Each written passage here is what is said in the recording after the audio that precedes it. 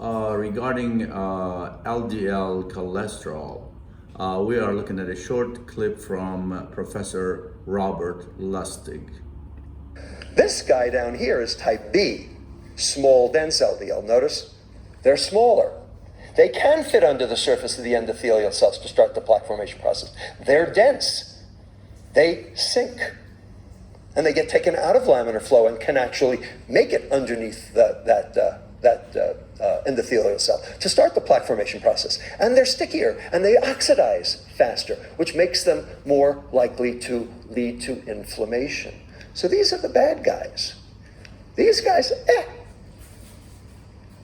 These are the ones you care about. Problem is, when you measure LDL, you're measuring both at the same time. So what are you going to do? So you have to have a way of figuring out, is your LDL the good guy or the bad guy, right? And there's a way to do that. You have to look at your triglycerides, the one that everyone ignores. That's the one that matters the most because it has the hazard risk ratio 1.8. So here's pattern A LDL over here, and you have large buoyant LDLs over here. See?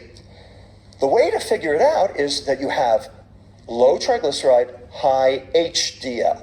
Low triglyceride, high HDL. The triglyceride to HDL ratio tells you what you need to know. The higher it is, the worse you are. Over here you have pattern B. These are the small dense ones over here. High triglyceride, low HDL. So my question to you is, you may know your LDL level. Do you know your triglyceride level? If you don't, either your doctor didn't do his job or you didn't. One or the other. It's the pattern that matters, not the number. Now, how about randomized clinical trials? Well, we all went low fat. Guess what? The Women's Health Initiative showed us that there was no effect. No effect. Didn't matter. Reducing total fat did not change anything. In fact, randomized controlled trials of drugs and diet showed no overall benefit on mortality at all. And in fact, some of them didn't even reduce CVD events, and some of the drug studies, especially the statins, reported harm, like diabetes. And there's reason why statins can actually foment diabetes. So, every doctor comes to this with a bias. Every doctor has rose-colored glasses or blue-colored glasses or some colored glasses, okay? Because they were taught something in medical school, usually wrong. If you want to know what's really going on, you have to go someplace unbiased. So who's unbiased? The banks. Totally. The banks. Because they only have one goal: make money. They're unbelievably transparent. And they want to know what they should bank their money on. So they want the real data. They want to analyze the data properly without doctors getting in the way. And they did this. Credit Suisse Research Institute. In fact, the New Health Paradigm. And this is a direct quote from this 76-page report. And I had nothing to do with this. A high intake of omega-6 fats, vegetable oils, has not been proven as beneficial for our health, and trans fats have been shown to have negative health effects. The higher intake of vegetable oils and the increase in carbohydrate consumption in the last 30 to 40 years are the two leading factors behind the high rates of obesity and metabolic syndrome in the U.S. Saturated and monounsaturated fats are not. 100%. I completely agree with this. They got it right. And the reason they got it right was because they looked at the data without bias. Well, some doctors are coming on board. So this is an editorial that was written by my colleague Asim Malhotra, who's a member of the NHS Health Trust in the UK, along with Rita Redberg, who is a physician at UCSF and happens to be the editor-in-chief of JAMA Internal Medicine, and Pascal Meyer, who happens to be the editor-in-chief of BMJ Open Heart, not exactly lightweights. And they published this editorial last year, saturated fat does not clog the arteries. Coronary heart disease is a chronic inflammatory condition, the risk of which can be effectively reduced from healthy lifestyle interventions. Also 100% agree. And what did they target as those lifestyle interventions? Get rid of the excess fructose and refined carbohydrate. I completely 100% agree. That's processed food. Refined carbohydrates and sugar is processed food. In fact, Asim and I co-authored this along with Marianne Damasi, who's a researcher in Australia. The cholesterol and calorie hypotheses are both dead. It's time to focus on the real culprit, insulin resistance, which explains all of the problems. And the things that improve your insulin sensitivity improve your risk for diabetes and your risk for heart disease and your risk for every other one of those diseases. Amen. And I'll prove it to you. We did a study in children. We took 43 children out of our clinic at UCSF, metabolic syndrome, obesity plus at least one comorbidity, and they were all eating processed food and drinking sodas.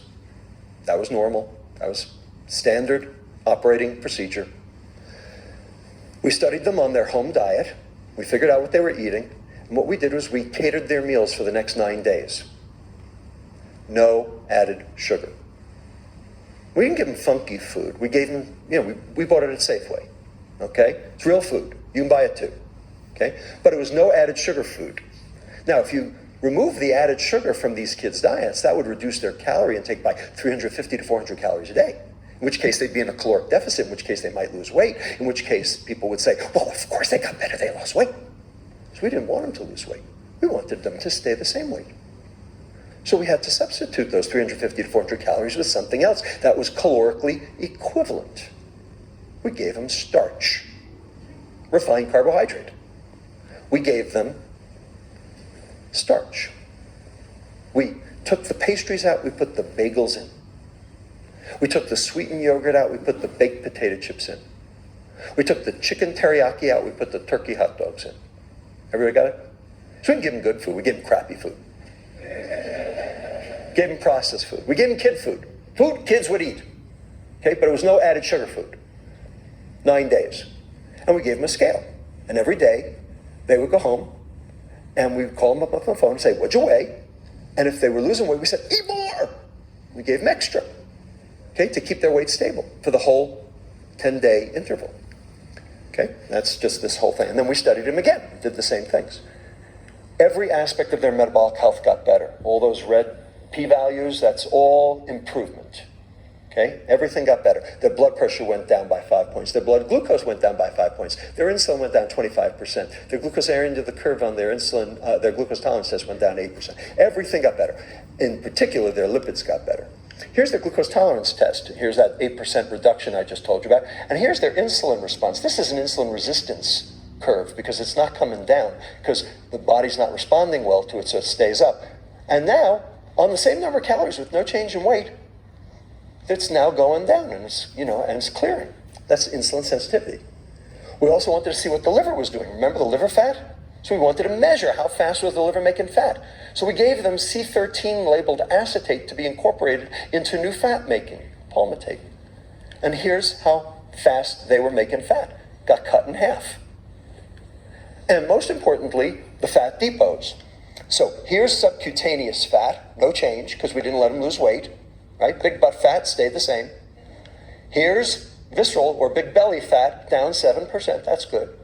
But take a look at their big liver fat, down 22%, with no change in calories and no change in weight. And as the liver fat went away, all their metabolic parameters got better in association because their liver got better, because it's the liver fat that matters.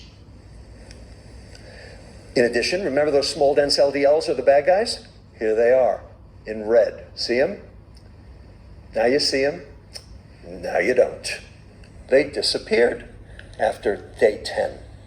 Okay, and their HDLs went up, which is good, right?